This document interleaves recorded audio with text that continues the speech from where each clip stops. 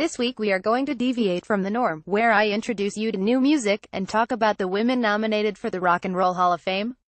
There are 3 women on the ballot for the 2018 class and 2 mixed-gender groups, which is one of the largest selection of women nominated that I can remember, out of 19 total nominees. All of them are very deserving, with 4 earning their first nominations ever. Before we get into who the nominees are, let's clear up the idea that the Rock Hall is only for rock artists. It isn't, and it hasn't been for quite some time.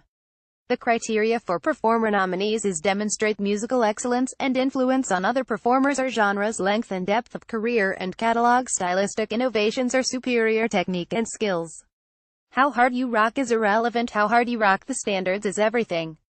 Below is a look at the nominees, with a track you should know from each. Nina Simone. To be young, gifted and black, Simone is a genre-defying genius.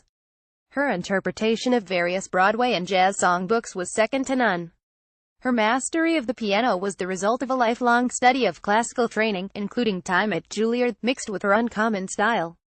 And her original songs have become reference points for a generation. She provided the template for the future of political and thoughtful composition of lyrics and music in folk, hip-hop, R&B, soul rap, and pop music, which has influenced and changed rock and country music, in turn. The reach and influence of the High Priestess of Soul cannot be overstated.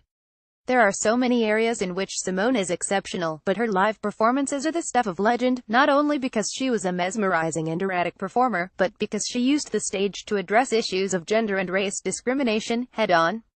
Odds she will be inducted very high. It would be a huge slight if Simone were passed over.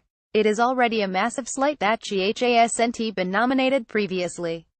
Sister Rosetta Tharpe. That's all. Tharpe is a nominee from the roots and history that built rock. She was playing what, at the time, were called race records. That was the blues and R&B music that would influence the birth of rock.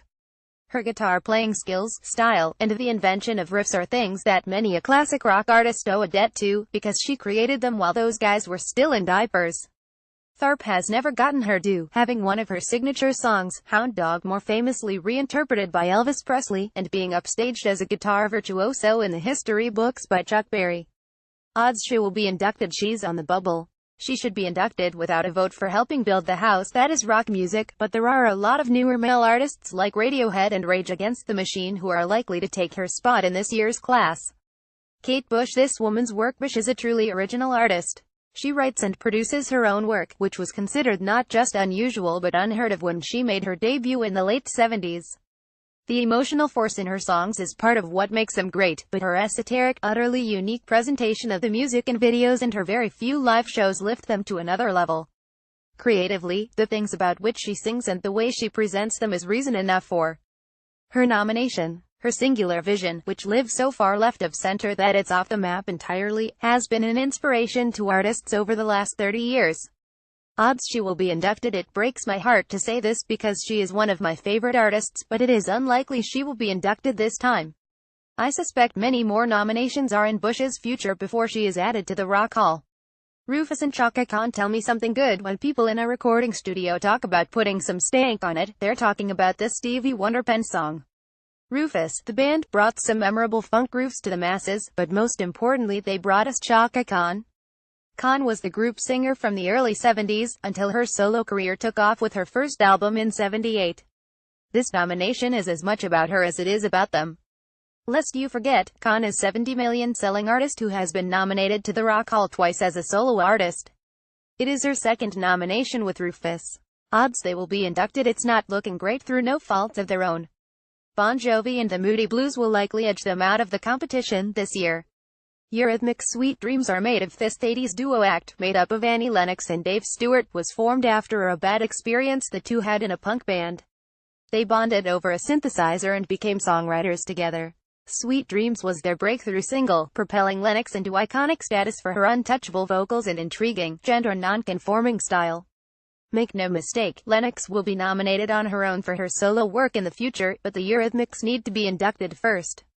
Their influence on mainstream electronic music and the way pop music is produced now is their legacy as much as their matchless creativity when it came to presentation. Odds they will be inducted. They are on the bubble. Historically, the people who vote on the Rock Hall nominees, which includes all previous inductees, do not appreciate synthesizers and new wave music. Very few artists from the 80s have been inducted, but I can't underestimate the respect that all musicians have for the exceptional Annie Lennox. After my first job MTV working as a music programmer, I can't stop trying to matchmake people with music they might like. So, I wrote a book called Record Collecting for Girls and started interviewing musicians. The Music Concierge is a column where I share music I'm listening to that you might enjoy, with a little context. Follow me on Twitter or Facebook, or leave me a comment below and tell me what you're listening to this week.